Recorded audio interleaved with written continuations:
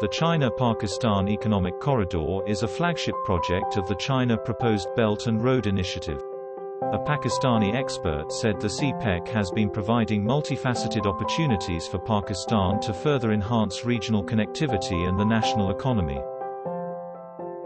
Being part of CPEC, the flagship project of BRI, Pakistan can benefit from the experience of China. CPEC provide multifaceted opportunities for us in China to further enhance connectivity. But Pakistan can work on connectivity strategy and tag it with industrial development and modernization of economy under CPEC. CPEC is going well and contributing in the economic growth and development of Pakistan.